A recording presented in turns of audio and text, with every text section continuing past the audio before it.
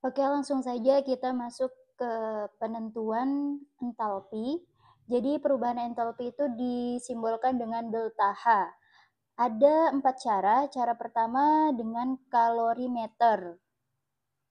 Rumusnya adalah delta H sama dengan min kilarutan per N. Jika min kilarutannya tidak diketahui di soal, kita bisa menggunakan rumus yang 3 ini. Tergantung dengan apa yang diketahui ya nanti di soal. Jika diketahui di soalnya adalah Q kalorimeter, berarti kita bisa pakai rumus yang ini. Atau kalau misalnya di soal yang diketahui adalah kalori jenis, kemudian ada suhu dan massa, kita bisa pakai yang kedua, kilarutan sama dengan M dikali C dikali delta T.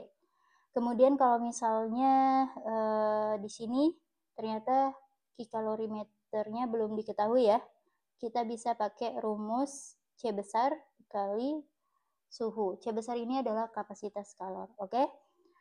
Nah, langsung saja kita ke contoh ya. Kita coba mengerjakan contoh di soal yang nomor 5.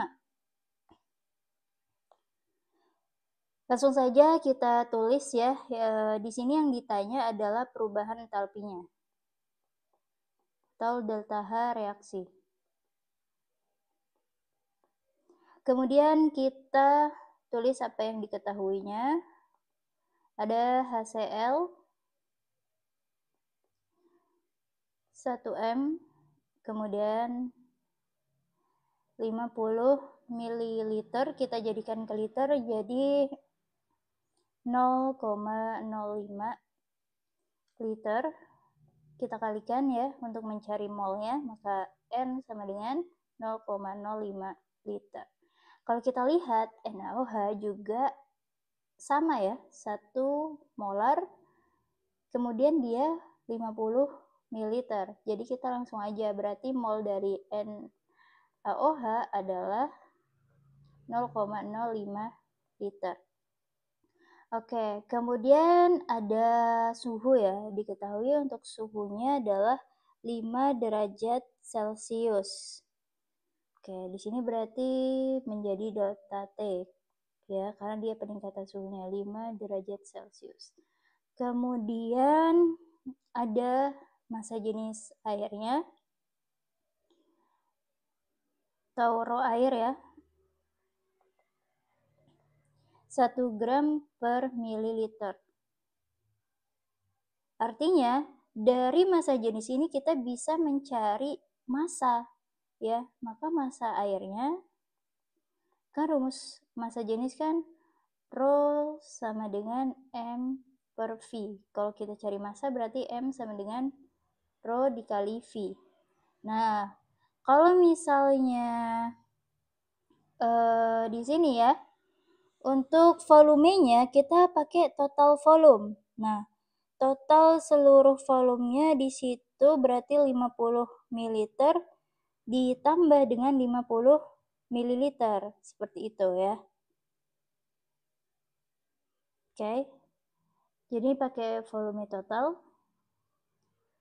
Jadi rho dikali V totalnya 1 dikali dengan 100. Maka jadinya 100 gram.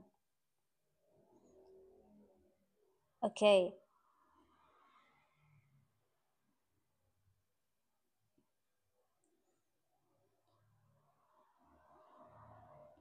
Nah, kemudian kita cari lagi apa yang diketahui adalah kalor jenis air, berarti C kecilnya ya, C kecil. 4,2 Joule per gram derajat Celcius. Oke, ini karena dia nggak muat, nanti kita tambahkan aja ya. Kita buka nih.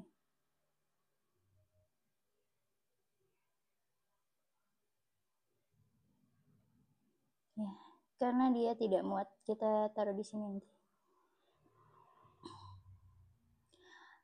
Nah, biasanya kalau jenis air ini udah harus hafal ya, dia udah pasti 4,2 Joule per gram derajat Celcius ya. Karena di sini dimintanya dalam gram, makanya di sini massanya tetap gram, nggak perlu dirubah. Kemudian, nah di sini kita belum tahu nih ya mol dari reaksinya berapa. Kemudian kalornya ya, kalor larutannya juga belum tahu. Nah, kita bisa cari kalor larutan dulu ya. Q sama dengan M C delta T karena masanya udah diketahui ya. Jadi kita jawab sini, jawab. Masanya 100 dikali kalori jenis airnya 4,2 dikali 5. Maka jawabannya 2100 Joule. Nah, kan di sini dimintanya dalam kilojoule ya. Maka jadi 2,1 kilojoule dibagi dengan 1000.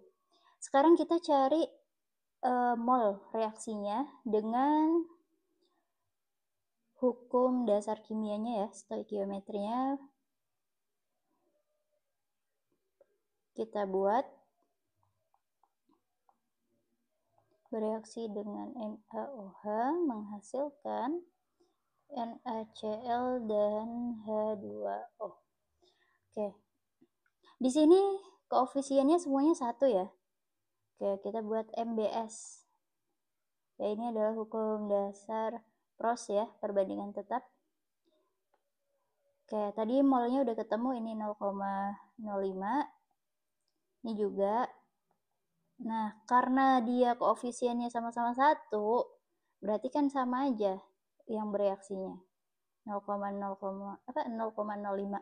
Karena kan koefisien yang ditanya per koefisien yang diketahui dikali 0,05 kayak gitu. Semuanya kan 1, jadi sama aja. Oke, ini juga ya.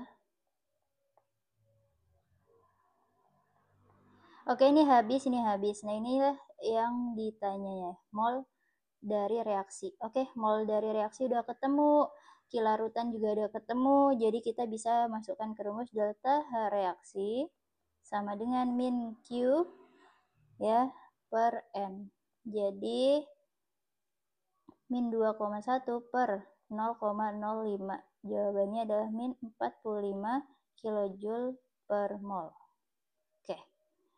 Oke, coba dipahami untuk cara pengerjaannya. Kemudian coba dikerjakan soalnya ya, tentang kalorimeter ya, perubahan entalpi dengan rumus kalorimeter. Nah, di sini ya bisa dikerjakan nomor 1 sampai 4 ini.